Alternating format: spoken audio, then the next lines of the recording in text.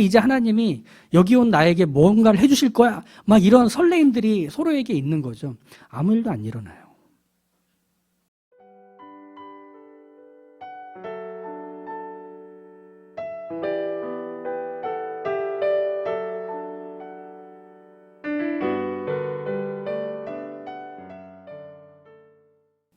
바울이 이제 예루살렘으로 돌아가려고 하는 그 길에서 밀레도에 도착을 하고 그 밀레도에서 에베소 교회에 있는 장로들, 지도자들을 부릅니다. 그리고 그들을 앞에 두고 마지막 부탁처럼 이야기하는 이 장면입니다. 근데 이 장면을 이렇게 읽어 내려가다 보면 뭐랄까요? 유언 같아요. 우리 이제 다시 볼 수 없어. 그러면 내가 너희 얼굴을 마주하고 마지막으로 할 얘기가 이 시간일 텐데 나는 너희에게 있어서 가장 중요하고 나에게 있어서 가장 절박한 그 얘기를 하려고 하는 어떤 정서가 이 내용에는 배어 있습니다. 그래서 뭐랄까요? 읽다 보면 먹먹해지는 게 있습니다. 바울이 이제 예루살렘으로 올라가려는데 왜 이렇게 굳이 뭐 유언처럼 말을 남기는 이 장면을 보이고 있을까? 왜냐하면 예루살렘에 계속 올라갔었어요. 그리고 심지어 바울은 예루살렘에서 내려와서 안디옥 교회를 통해서 아시아와 마게도냐와 그리고 아가야 지방으로 복음 전하러 다녔잖아요. 예루살렘 왔다 갔다 하는 건 그에게 있어서 늘 있어 왔던 일인데 또 예루살렘은 어떤 곳이죠? 사도들이 있는 곳입니다. 예루살렘은 복음이 시작됐던 곳입니다. 예루살렘은 처음 교회가 세워졌던 곳이기도 합니다. 그러면 예루살렘에 올라가는 바울의 걸음은 기대감과 설레임이어야 하지 않을까요? 고향으로 돌아가는 기분, 홈그라운드로 들어가는 마음일 텐데 사뭇 그런 정서들은 보이지 않습니다. 이제 나는 너희를 다신 볼 수 없다. 그래서 내가 너희들에게 당부하는데 내가 떠나면 사나운 이리 같은 자들이 교회 안으로 들어올 거야. 그리고 그들이 들어와서 너희를 먹이 삼을 거야. 그리고 자기들의 사람으로 만들기 위해서 온갖 거짓말과 공작을 펼 거야. 그런 일들이 생길 테니 하나님의 말씀에 튼튼히 붙들려 있어라. 그리고 거룩한 무리처럼 하나님의 사람이 어떻게 이 자리를 견디며 이겨내야 할지 분별하며 살펴야 할지를 늘 깨어서 보라. 이렇게 권면하게 되는 거죠. 근데 참 여기서 보면 특이한 우리에게 있어서 바울이 왜 이렇게까지 얘기하나 싶은 부분은 뭐냐면 교회는 하나님의 교회 아닌가요? 교회는 예수 그리스도께서 피값을 주고 사신 이 땅에 있는 하나님의 몸된 교회잖아요. 그럼 교회는 망하지 않을 거예요. 교회는 그런 외부의 어떤 사나운 이리들의 공격에 지지 않을 거예요. 교회는 승리가 보장되어 있는 곳일 거예요. 그렇죠? 근데 바울이 왜 이렇게 근심할까요? 그리고 사람들을 굳이 불러 모아서 이 얘기들을 하는 이유가 뭘까요? 하나님은 하나님의 교회를 지키시는 게 당연하지 않을까요? 그런 생각을 안 할 수가 없죠. 근데 사실은 바울이 복음을 이방인들에게 전하던 때부터 바울을 향한 공격은 멈춤이 없었습니다. 기억하시죠? 유대인들은 끊임없이 바울을 위협하고 저항했습니다.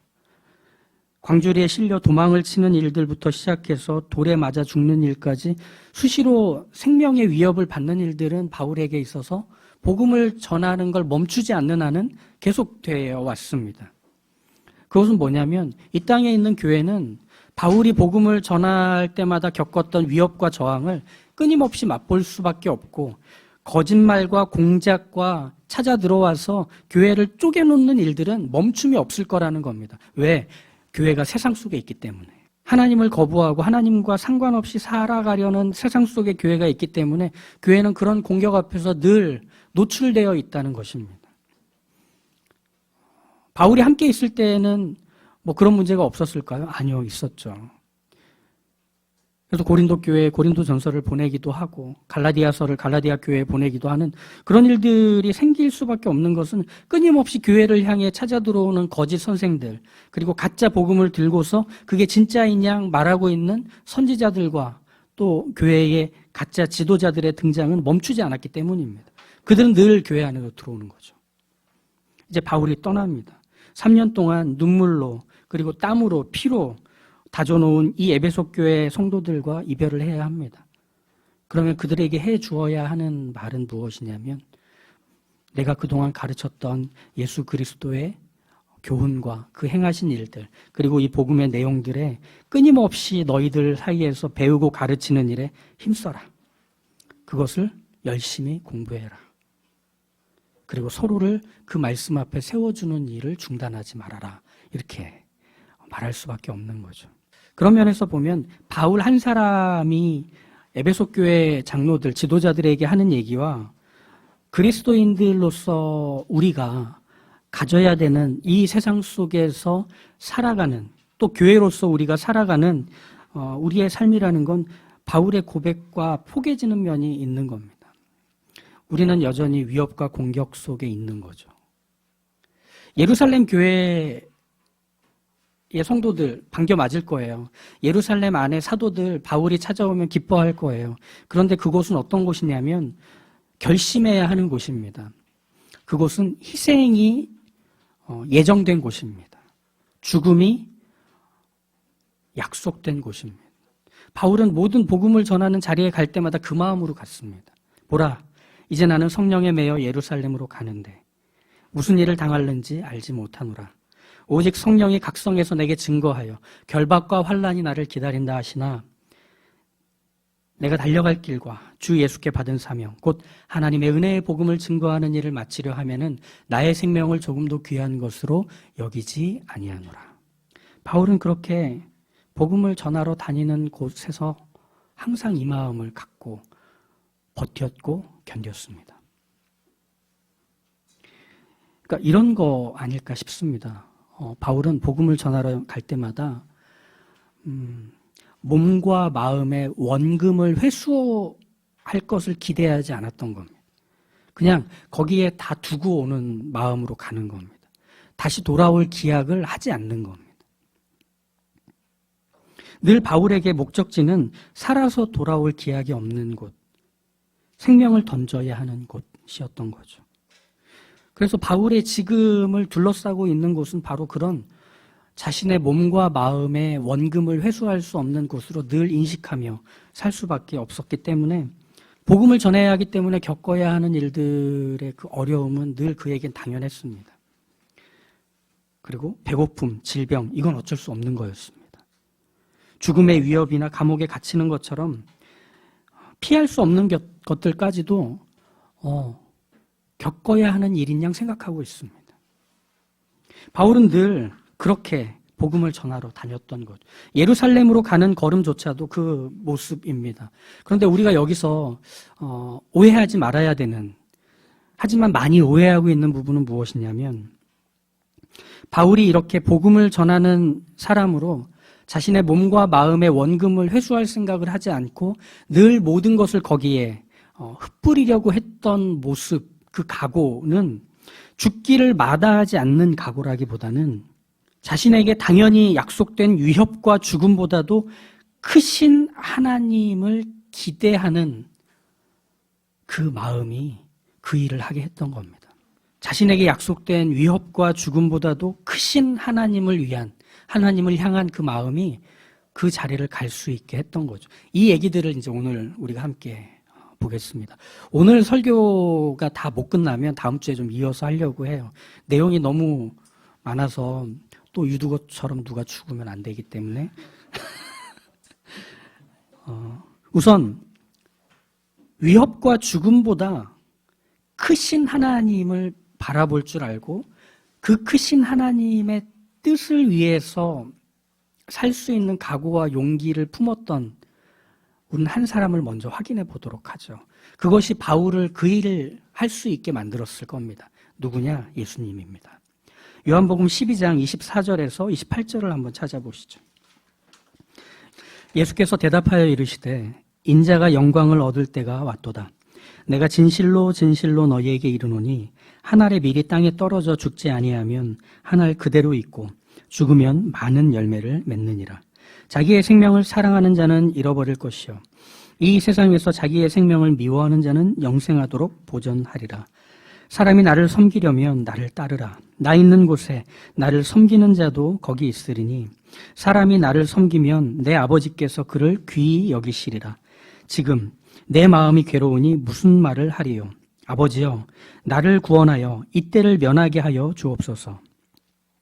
그러나 내가 이를 위하여 이때에 왔나이다. 아버지여, 아버지의 이름을 영광스럽게 하옵소서. 이 말씀을 하신 배경은 뭐냐면 그 예루살렘 성전에 와서 제사를 드리려고 했던 유대교를 믿는 경건한 헬라 사람들, 그리스 사람들이 예수님에 대한 소문을 들었습니다. 그래서 예수님을 한번 만나고 싶어서 안드레와 빌립에게 찾아가서 예수님을 만나 그분의 가르침과 교훈을 듣고 싶습니다. 이렇게 청하죠. 그것에 대해 빌립과 안드레는 사실 좀 쭈뼛하는 게 있었습니다. 왜냐하면 이방 사람이 예수님을 만난다? 예수님이 과연 허락하실까? 그것에 대한 대답이 바로 이것입니다. 우리가 잘 알고 있는 한 알의 밀이 땅에 떨어져 죽어 많은 열매를 맺는 이 말씀이 그 다음에 등장을 하는 거죠. 예수님은 자신을 어떻게 이해하시냐면 한 알의 밀알로 땅에 떨어진 바로 그 모습으로 이해하십니다. 즉 예수님이 이 땅에 오신 일은 죽는 일, 희생하는 일임을 본인이 알고 있는 거죠. 여기서 예수님이 왜 이 땅에 오신 자신의 그 이유, 살아있는 이유는 죽는 것이라고 이해하고 있느냐면 죽어야만 많은 생명을 얻게 되기 때문에 그 이해를 가지고 지금 살아계시고 복음을 전하시고 하나님의 나라를 가르치시고 많은 기적들을 행하셨던 겁니다. 즉 예수님이 이 땅에 오신 이유는 하나님의 뜻이 이 땅에 있기 때문이었습니다. 그리고 그 뜻을 이루는 방법은 예수님 자신의 죽으시는 희생이었음을 예수님이 알고 계시는 거죠. 그런데 여기서 우리가 좀 경계해야 되는, 주의해야 되는 면은 무엇이냐면 하나님의 뜻이 거기 있기 때문에 그 하나님의 뜻을 이루기 위해서 고난과 죽음, 순교와 같은 희생을 우리에게 요구하실 때 우리가 그걸 감당할 수 있다, 감행할 수 있다 라고 하는 어떤 각오들이 우리에게 생길 때가 있거든요. 저는 6살 때 그 목사가 되겠다는 꿈을 꿨습니다. 왜냐하면 제가 다녔던 그 시골교회 목사님이 저한테 큰 그 자극을 주셨기 때문에 그래요. 와, 저분이 앞에 나가면 사람들이 조용해. 저분이 앞에 나가면 사람들이 저분 말을 들어. 나도 저렇게 멋있게 기도하고 싶다. 나도 저렇게 멋있게 뭔가 말하는 사람이고 싶다. 어릴 때 그게 가슴에 새겨진 거예요. 그래서 그때부터 차근차근 그걸 꿈꾸면서 커왔죠. 근데 생각보다 제가 말을 잘하더라고요. 그래서 저희 친척들 앞에서 야, 장현아 기도해봐. 그러면 그냥 그 자리에서 즉흥으로 막 기도하고 용돈 받고 그랬었습니다. 아주 못된 게 몸에 배가지고 그거 빼느라고 오래 걸렸어요. 하나님께서 이렇게 부르셔서 목사가 될 때 어릴 때는 그런 마음이었다가 이제 성인이 되고 나니까 배와 그물을 버려두고 진짜 그것이 나의 업이 되어야 하고 나의 전생이어야 하기 때문에 거기에 나를 던져야 했거든요. 그때 가졌던 마음이 바로 그것입니다. 그래, 내가 죽기까지 하나님의 뜻을 이루는 사람 되겠다. 하나님의 마음이 있는 곳에 내가 가겠다. 그러면서 목숨을 각오했던. 그런데 이렇게 목숨을 각오하는 게 많은 열매를 맺는 결과로 나오는 것은 아닙니다. 우리가 거기서 오해가 생겨요. 그러니까 내가 각오를 하면 하나님이 하나님의 일을 하실 거라고 생각해요. 근데 한 알의 밀알이 땅에 떨어져 죽어야만 많은 열매를 맺는다라고 할 때는 거기에는 한 알의 밀알의 의지가 있는 게 아니라 그 밀을 땅에 뿌려 심는 자의 의지가 있는 겁니다. 그러면 한 알의 밀을 땅에 뿌릴 때에는 그 밀알을 통해 많은 열매를 목적한 농부가 그 밀을 땅에 뿌린 것이죠. 예수님이 말씀하시고 싶은 건 뭐냐면 야, 나 죽으러 왔어. 엄청나지 않아? 내가 너네 위에 죽는다니까 하면서 자랑하고 으스대는 모습으로 자기의 죽음을 자랑 삼지 않으셨습니다. 그러니까 내가 거기에 힘껏 던져진 게 아니라 하나님이 나를 거기에 던지셨다는 의식 앞에서 사시는 거예요. 그러니까 던져진 사람의 불안은 여전히 있는 거예요. 던져진 사람의 두려움과 외로움은 여전히 있는 거예요. 그러니까 각오를 했으니까 이게 사라지는 건 아니에요. 그리고 각오를 했기 때문에 결과가 맺어지는 것도 아니에요. 한 알의 밀알의 각오가 아니라 그 밀알을 땅에 심으신 농부인 하나님의 각오가, 하나님의 의지가 많은 열매를 맺는 데 목적한 것일 뿐입니다. 무슨 말인지 이해가 되세요? 그래서 제가 그런 각오를 하고 이제 목회자가 되겠다고 신학교에 갔는데, 와, 이 신학교에 저만 그런 게 아니라 다 그런 사람들밖에 없는 거예요. 내가 뭐 폐병 걸렸다가 나왔는데 뭐 하나님이 나를 이 자리에 결국 데려다 놓으셨다고, 월 매출액이 1억이었던 쇼핑몰을 하다가 하나님이 다 막으시더라고. 그래서 내가 여기로 불려왔어. 뭐 간증들이 수천 수만 가지가 나오는 거예요. 왜 여기로 올 수밖에 없었는지. 그래서 기어이 콕 깨어서 여기 왔는데 이제 하나님이 여기 온 나에게 뭔가를 해주실 거야. 막 이런 설레임들이 서로에게 있는 거죠. 아무 일도 안 일어나요. 아무 일도 안 일어나요. 맨날 책 읽고 시험 보고 퀴즈 보고 그리고 성적 나오면 또 울상대고 막 밤에 매운 닭발 시켜가지고 또 뭐 담임 목사님 욕하고 막 이러면서 그냥 3년을 보냈어요. 신대원을. 그러면서 그러면서 사역했던 시간들에서 우리가 각오하고 우리가 희생했던 결과들이 열매 맺느냐? 그렇지 않더라는 겁니다. 왜? 하나님은 우리의 각오로 일하시는 분이 아니라, 우리의 희생으로 일하시는 분이 아니라 하나님의 뜻을 이루시는 분일 뿐이라는 것, 그것을 이제야 알겠더라고요. 우리도 마찬가지입니다. 우리가 무언가를 하나님 앞에 헌신하고 각오하는 것이 하나님의 뜻을 이루는 건 아닙니다. 그럼 뭘까요? 우리가 헌신하는 것, 우리가 희생하는 것, 예수님처럼 우리가 목숨을 거는 것. 바울이 지금 얘기한 것처럼 저는 이걸 그냥 외우고 살았어요. 오직 성령이 각성해서 내게 증거하여 결박과 환난이 나를 기다린다 하시나. 곧 하나님의 은혜의 복음을 증거하는 일을 마치려 하면은 나의 생명을 조금도 귀한 것으로 여기지 아니하노. 주문처럼 외우고 다녔어요. 그래, 나의 생명을 조금도 귀한 것으로 여기지 않으면 그 다음에 하나님이 대단한 일을 하실 거야. 하나님의 나를 통해 세울 거야. 하나님의 뜻이 나의 헌신에 위해서 세워질 거야. 많은 영혼들이 돌아올 거야. 복음이 땅끝까지 전파될 거야. 아니요. 우리의 각오와 다짐이 뭘 만들어내는 게 아니더라고요. 그럼 무엇이 많은 열매를 맺을까? 그걸 뿌리신 자의 의지가 열매를 맺을 뿐입니다. 바울에게 있어서 이 얘기는 자기 자랑하는 거 아닙니다. 야, 내가 여기에 올 때까지 얼마나 많은 일들이 있었는지 알아? 내가 이 시간들을 보내기까지 얼마나 많은 과정들을 거쳤는지 알아? 너는 상상도 못해. 너 돌에 맞아 죽어봤어? 그럼 말도 하지 마.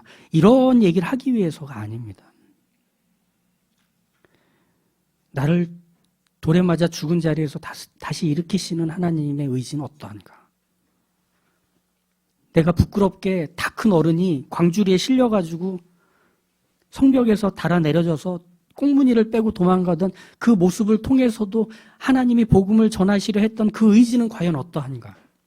죽은 유두고를 다시 살려내셔서라도 그 말씀을 듣게 하시는 하나님의 의지는 과연 무엇인가? 이 얘기를 전하기 위해서 바울은 목숨을 담보로 할 수밖에 없는 약속된 환난과 포박의 자리, 수감 생활을 할 수밖에 없는 자리로 갈 수 있는 것은 하나님의 의지가 그를 붙들기 때문입니다. 거기 하나님이 일하고 계시다는 것을 알기 때문입니다. 그래서 뭘 하는 거죠? 견디는 거죠. 그 자리를 기다리는 거죠. 부르신 자리에 뿌리를 내리는 거죠. 그렇기 때문에 바울의 삶을 생각해 보면 늘 이런 삶이었을 겁니다. 우리 오늘 불렀던 찬양의 고백처럼 주님 말씀하시면 제가 가겠습니다. 하나님의 뜻이 그것이 아니라고 알려주시면 제가 멈추겠습니다. 나의 가고 서는 것은 오직 주께 있습니다. 이걸 바울이 평생을 통해 연습하고 훈련했던 것이죠. 어쩌면 우리에게 제일 필요한 것은 그것이 아닐까 싶습니다. 주님 말씀해 주십시오. 주님 뜻을 알려주십시오. 제가 가야 하는 게 맞는지, 제가 서야 하는 게 맞는지, 저는 하나님의 뜻이 머무는 데에 제가 심겨져 있음을 믿습니다. 그러니 보여주십시오. 들려주십시오. 하는 게 우리의 삶의 다짐이어야 하겠죠. 목숨 걸겠다, 이걸로 끝날 만한 게 아니라는 겁니다. 그러니 그 삶은 어떤 삶인지 아세요? 맨날 울어야 되는 삶이에요. 맨날 할 게 없는 자리를 버티는 거예요. 수요일 저녁에 성환 형제를 만나러 국카페에 놀러 갔습니다. 놀러 간 저를 부끄럽게 만드는 성환 형제의 모습을 보고 마음속으로 눈물이 막 났어요. 왜냐하면 이제 마감을 하고 바닥을 밀걸레로 막 닦는데 진짜 목숨 걸고 밀더라고요. 저는 타일이 다 벗겨지는 줄 알았어요. 막 밀더라고요.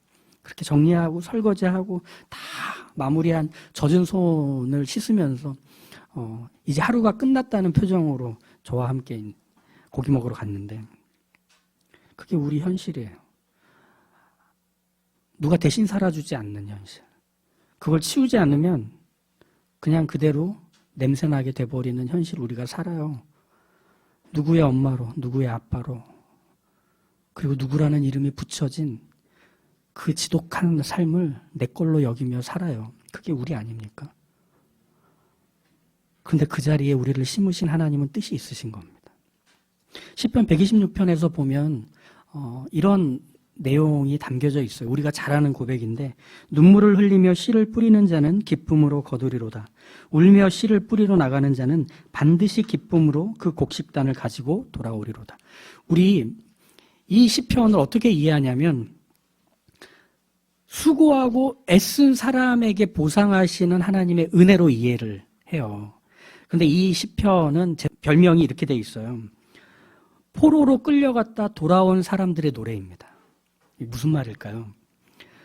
바벨론의 포로로 끌려갔던 이스라엘 사람들이 고향으로 돌아와요. 그때 그들이 불렀던 노래가 이거시죠. 하나님이 큰 일을 행하셨다라는 노래였죠. 그러면 눈물을 흘리며 씨를 뿌리러 나가는 자, 울며 씨를 뿌리러 나가는 자가 기쁨으로 그 곡식단을 수확해서 돌아온다라는 것은 사실은 포로로 끌려갔던 사람들의 하나님이 해주시는 보상에 대한 얘기가 아니라 하나님 자신에 대한 얘기입니다. 울며 씨를 뿌리러 나간 하나님. 그 많은 열매를 수확하기 위해서 오늘도 고단한 그 밭을 갈고 돌을 걷어내고 잡초를 뽑아내며 그 자리를 매일매일 밟아가시는 그 하나님의 걸음이 기쁨으로 수확을 얻어 돌아오게 하는 하나님의 기쁨이 되도록 하나님은 스스로 일하신다라는 겁니다. 우리 삶에서 그렇게 하십니다. 우리를 당신 안에 심으시고 당신 안에서 우리를 기르십니다. 힘내세요. 하나님의 기쁨이 여러분 기쁨 되게 하나님 하실 겁니다.